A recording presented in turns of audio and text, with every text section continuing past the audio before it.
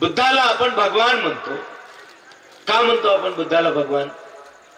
कोणी कोणी बुद्धिविलासी लोक, अर्ध्या डोक्याचे उलट्या डोक्याचे जे आहेत, हाफमॅड असणारे, ते म्हणतात की बुद्धाला भगवान म्हणायचं नाही. त्यांच्या डोक्यात हिंदू धर्माचा द्वेष, त्या हिंदू धर्मातल्या भगवानांचा द्वेष, त्यांना तेवढंच कळतं, द्वेष करणे एवढंच कळतं, पण त्याचा अर्थ जाणून घेऊन ते आत्मसात करण्याचा हेतू त्यांच्या मनात नाही. कोणी म्हणतात बुद्धाला भगवान म्हणू नका, हिंदूंचा शब्द आहे तो. अरे हिंदू हा शब्द 11व्या शतकात आला, बुद्ध इसवी सनाच्या पूर्वीचे होते. जे भगवान हा शब्द सर्वात प्रथम बुद्धत्वाचा अलंकार ठरला, बुद्धत्वाचा गुण आहे तो. इति विश्व भगवान हे तुमच्या माझ्या सारख्याने किंवा एखाद्या भिक्खूंनी सांगितलं नाही, तर प्रत्यक्ष भगवान बुद्धांनी बुद्धत्वाच्या गुणांचं वर्णन केलेलं.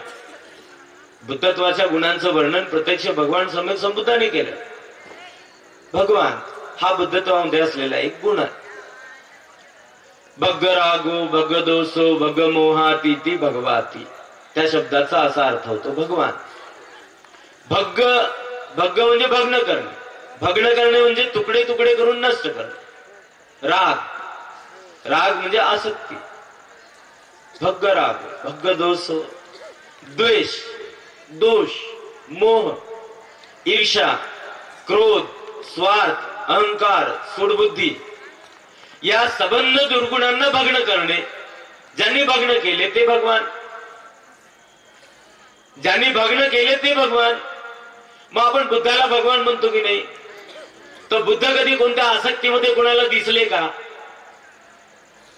राजकुमार असताना तीनही ऋतूमध्ये 3 वेगवेगळे निवास त्यांना मिळत होते, प्रचंड भौतिक सुख होते, रत्नजडित रथ त्यांच्या तैनातीत होते, दास दासी नर्तकी अवतीभोवती त्यांच्या 24 तास राहत असत. सिद्धार्थांनी त्याही वेळेला संघर्ष केला, त्याही वेळेला सिद्धार्थांनी प्रचंड संघर्ष केला. समोर असल्यानंतर त्याचा त्याने उपभोग घेतला नाही. सर्व काही त्याच्या अवतीभोवती होत, सर्व काही, परंतु त्यांनी त्याचा जराही उपभोग घेतला नाही. आणि बुद्धत्व प्राप्त झाल्यानंतर तर त्या गोष्टी नव्हत्याच.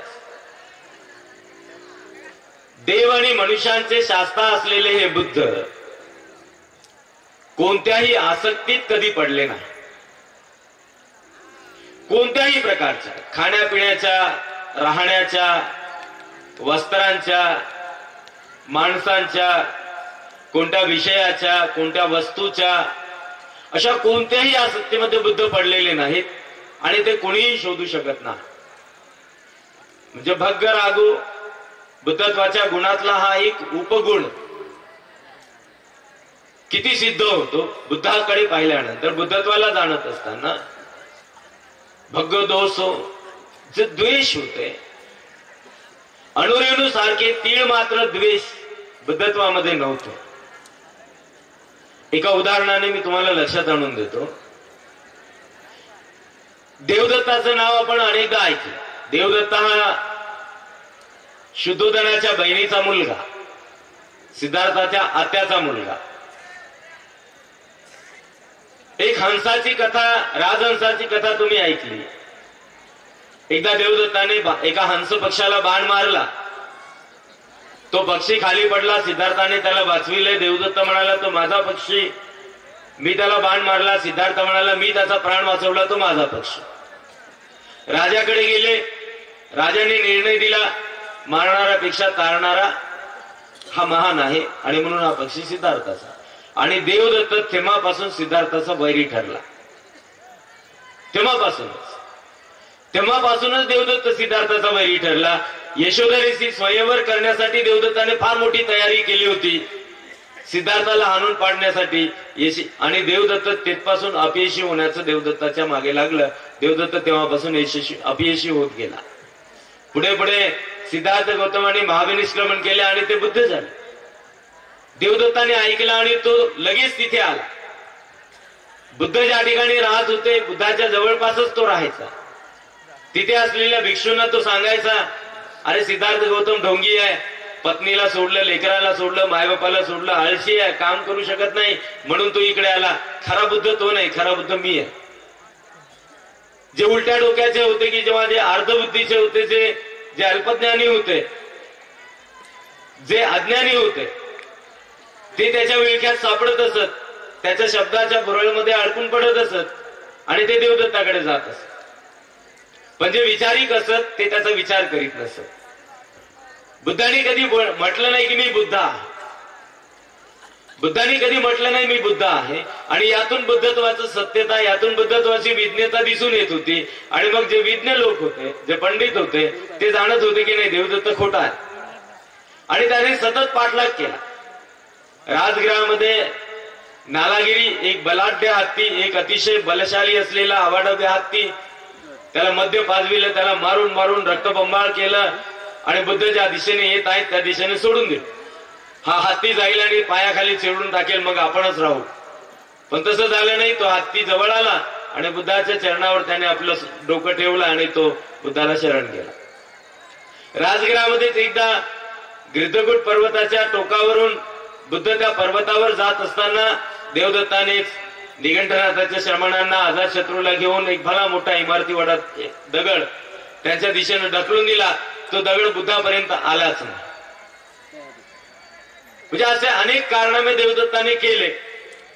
शेवटी असं झालं की देवदत्त आणि बुद्ध हे समवयस्कच होते. शेवटी असं झालं, भगवान बुद्ध त्यावेळेला श्रावस्तीमध्ये होते आणि देवदत्त हा वैशालीमध्ये होता. त्याची प्रकृती अत्यंत खालावली, अतिशय म्हणजे तो असा क्रुश झाला की त्याला आता पडलेला होता तो, त्याला उठून बसणे सुद्धा शक्य नव्हतं. चालणे फिरणे तर फार दूरच आहे.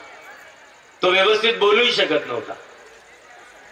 आणि त्याला आता पश्चाताप होऊ लागला की आपण जीवनभर पापच केलं, बुद्धाच्या विरोधात बोललो, बुद्धाबद्दल आपण वाईट बोललो, लोकांना चुकीचं सांगितलं, आपण जीवनभर पापच केले. चला एकदा बुद्धाकडे जाऊ आणि त्यांना माफी मागू, कारण हे सत्य आहे हे मला आणि त्यांना ठाऊक आहे. पण त्याच्या मनात आला आपण जाणार कसं? पडल्या जागेहून आपण उठून बसू शकत नाही तर आपण जाणार कसं? आणि मग तिथे असलेल्या 4 ज्येष्ठ भिक्खूंना त्याने तशी विनंती केली की मला भगवंतांचे एकदा दर्शन करून द्या, मला सुखाने मरण तरी येईल. भिक्खूंच्या मनामध्ये त्याच्या प्रती अनुकंपा उत्पन्न झाली, म्हणजे करुणा जागली. आणि 4 ग्रस्तांना भिक्खूंनी तयार केले. एका खाटेवर त्या देवदत्ताला झोपवले आणि वैशालीवरून ते श्रावस्तीला निघाले. आले काही दिवसानंतर श्रावस्तीला ते पोहोचले. भगवान बुद्ध जेतवनामध्ये राहत होते, विचरण करीत होते. जेतवनाच्या पूर्व दिशेला काही अंतरावर पाण्याने भरलेला तलाव, भिक्खू ज्या ज्या ठिकाणी निवास करत असत त्या त्या ठिकाणी तलाव निर्माण केले जात असत त्यावेळेला.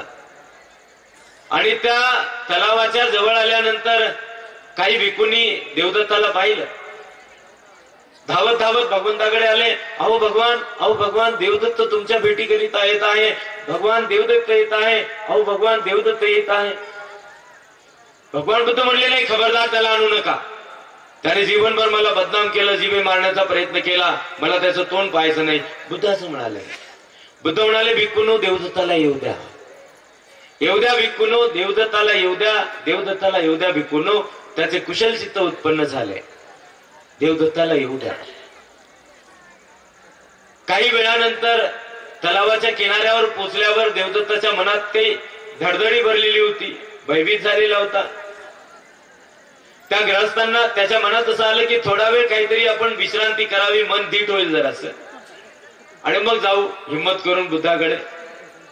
मग त्या ग्रहस्थांना त्याने तशी विनंती केली की बा थोडा वेळ तलावाच्या किनाऱ्यावर खाट ठेवा, मला मनामध्ये थोडंसं धैर्य निर्माण करू द्या, थोडंसं धाडस येऊ द्या मनामध्ये.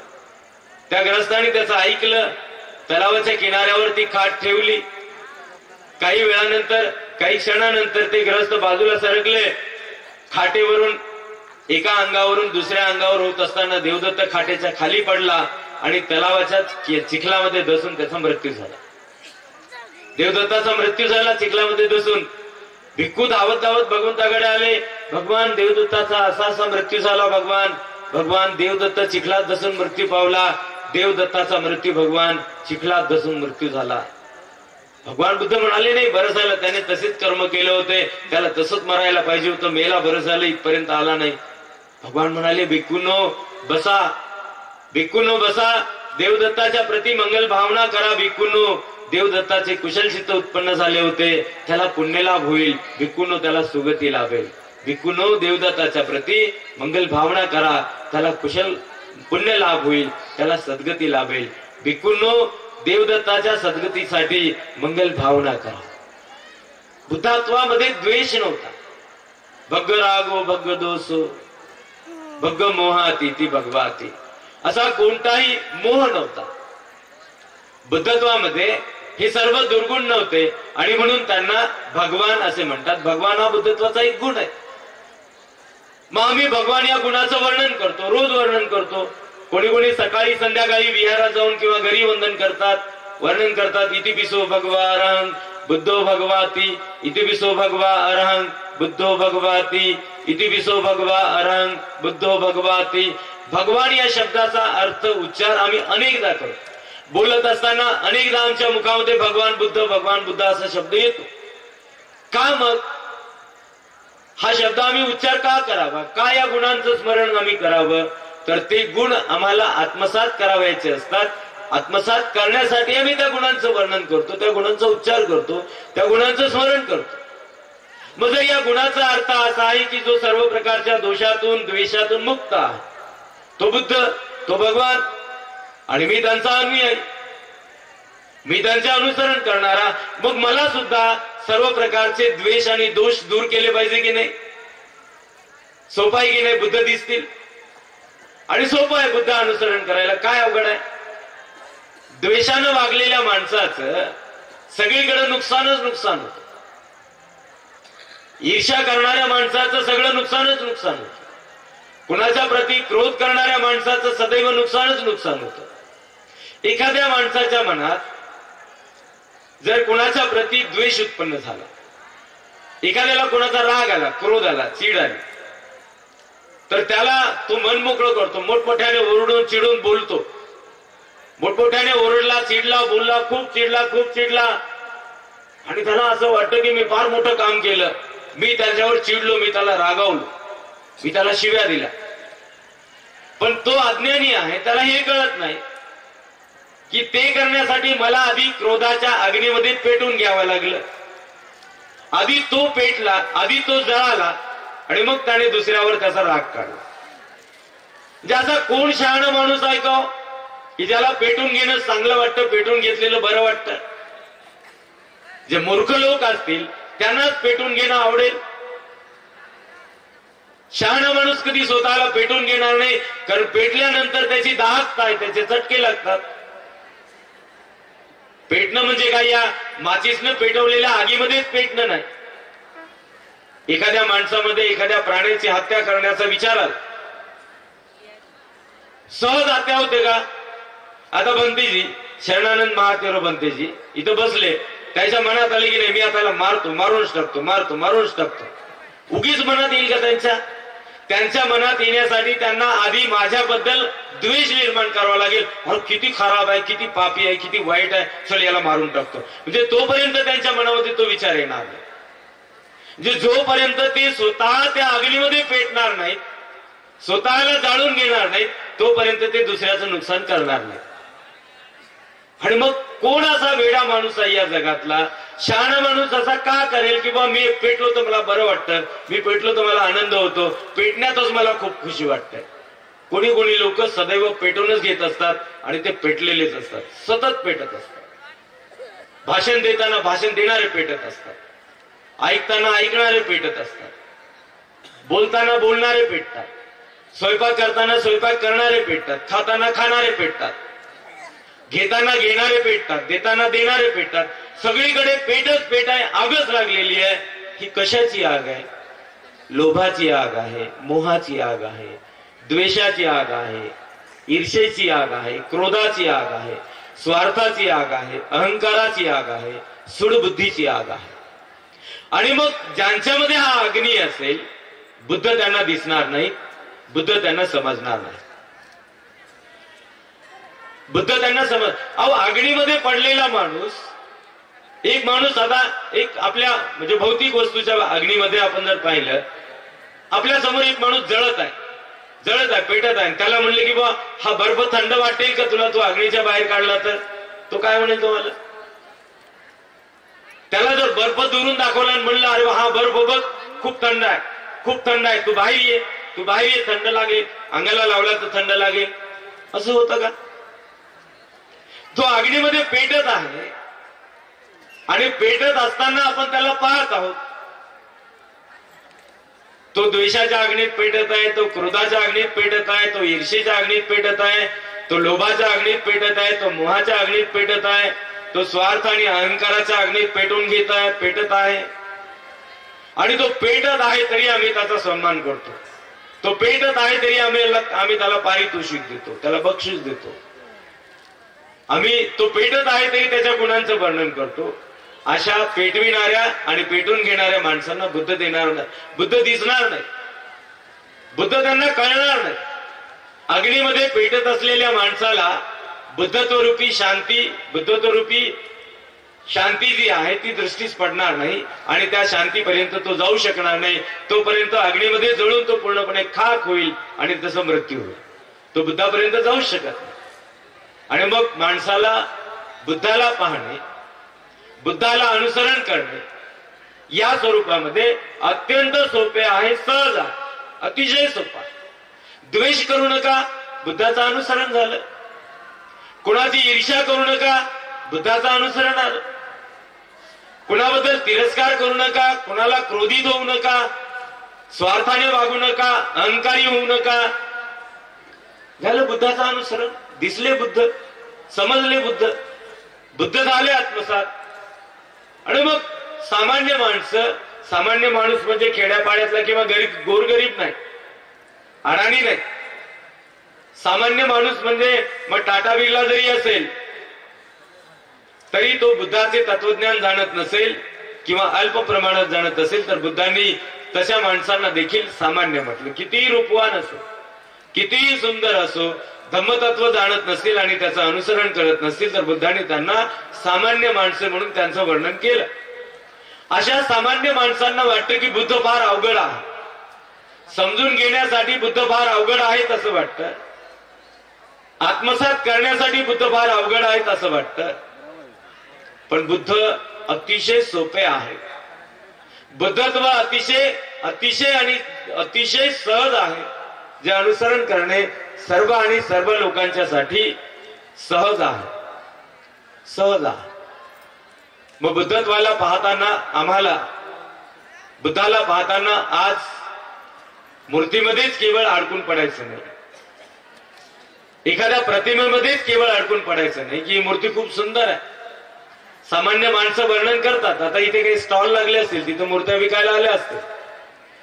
पिवळी मूर्ती असेल, पिवळी असेल तर लोक नाही पिवळी सोन्यासारखी आहे, खूप सुंदर आहे, खूप चांगली आहे. चांगली आहे म्हणजे काय, सुंदर म्हणजे काय? बुद्धत्व हे सुंदर आहे. पण बुद्धत्व सुंदर कसं आहे? बुद्धत्वाचे डोळे चरचर होते म्हणून बुद्ध सुंदर आहेत का? बुद्धाचे नाक अतिशय सरळ होते म्हणून बुद्ध सुंदर आहेत का? बुद्धाची उंची फार होती म्हणून बुद्ध सरळ आहेत का? बुद्ध राजकुमारात पहिले राजपुत्र होते म्हणून बुद्ध सुंदर आहेत का? अरे बुद्ध सुंदर का आहेत? लक्षणांनी आणि अनुलक्षणांनी, गुणांनी परिपूर्ण आहेत म्हणून बुद्ध सुंदर आहे.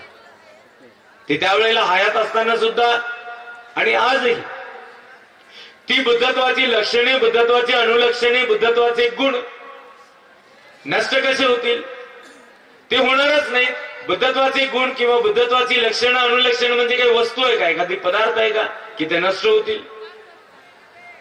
ती एखादी वस्तू नाही, ते एखादे पदार्थ नाही, तर ते गुण आहेत ज्यामध्ये चांगुलपणा आहे, ते गुण आहेत ज्यामध्ये अर्थ आहे आणि त्याला अनुसरण केलं पाहिजे. ते अनुसरण करण्याने मग सहज वाटतील आणि तेव्हा बुद्ध दिसतील. ते बुद्ध अतिशय सुंदर असतील आणि त्या स्वरूपात असलेल्या, सौंदर्यवान असलेल्या बुद्धाचं वर्णन करण्यासाठी मग माणसाकडे शब्द असणार नाहीत. असा कोणताच जगामध्ये शब्दकोश असणार नाही की ज्या शब्दकोशामध्ये त्या बुद्धाच्या सौंदर्याचं वर्णन करण्यासाठी शब्द असतील. एवढे बुद्ध महान आहेत आणि ते तेवढे महान आहेत, तेवढी त्यांची महानता आपल्याला सहजपणे आत्मसात करता येईल, सहज आपल्याला ती लक्षात घेता येईल. मग माणूस अडाणी असो गावाखेड्यातला असो, गरीब असो, श्रीमंत असो, कुरूप असो, सुंदर असो, सुशिक्षित असो, मोठ्या पदावर असो की कुठेही असणारा असो, प्रत्येक माणसाला सहजपणे बुद्ध आत्मसात करता येतील.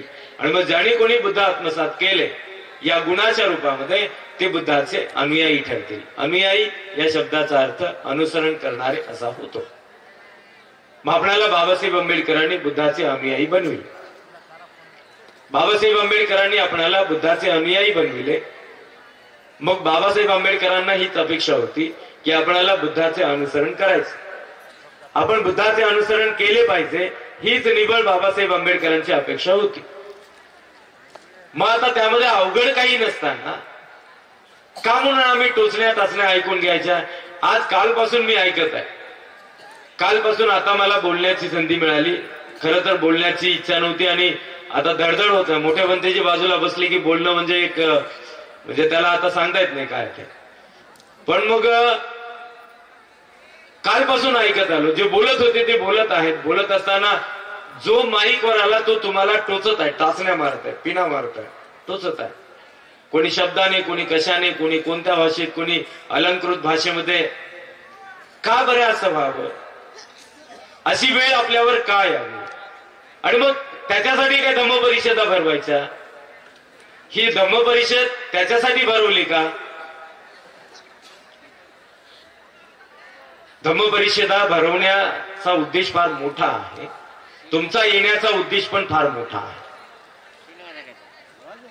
तुमचा येण्याचा उद्देश फार मोठा आहे. बनतेजी उठून यासाठी जात आहे की बोला आता रात्रभर तुम्हीच म्हणून. पण बनतेजी यातली धम्मपरिषदा भरवण्याचा उद्देश फार चांगला आहे आणि त्यातून जे साध्य होणार आहे ते दुसरं कुठेच काही मिळणार नाही. मग या धम्मपरिषदा भरवल्या जातात. आपण त्या धम्मपरिषदांच्या मध्ये येतो जातो. या 2 दिवसामध्ये एवढे कष्ट आपल्याला होतात. हे सगळं करण्याचा हेतू एकच आहे. बाबासाहेब आंबेडकरांचा आपणाला आवाहन होतं, बाबासाहेबांचा आपणाला आदेश होता, बौद्ध धम्माचा प्रचार आणि प्रसार आपल्याला करायचा. बौद्ध धम्माचा प्रचार आणि प्रसार आपण केला पाहिजे. आणि मग त्याशिवाय बाबासाहेब आंबेडकरांच्या आदेशाचं पालन केल्याशिवाय आपण जगणं काही जगणं असेल का? बाबासाहेब आंबेडकरांचा शब्द जर अनुसरण केला नाही तर आपल्या जगण्याला काही जगणं म्हणावं का? कसं काय म्हणू शकतो आपण? कसं म्हणू शकतो? ज्यांनी स्वतःची एवढी प्रचंड झीज करून घेतली, 4 लेकरांचा मृत्यू झाला, त्यांच्या स्वतःच्या प्राणापेक्षा प्राणप्रिय असलेली त्यांची पत्नी, तिचा मृत्यू डोळ्यासमोर त्यांनी पाहिला. बाबासाहेब मागे फिरले नाही किंवा थांबले नाही. बाबासाहेब माघारी फिरले नाही. तसं बाबासाहेबांच्या मनात आलं होतं.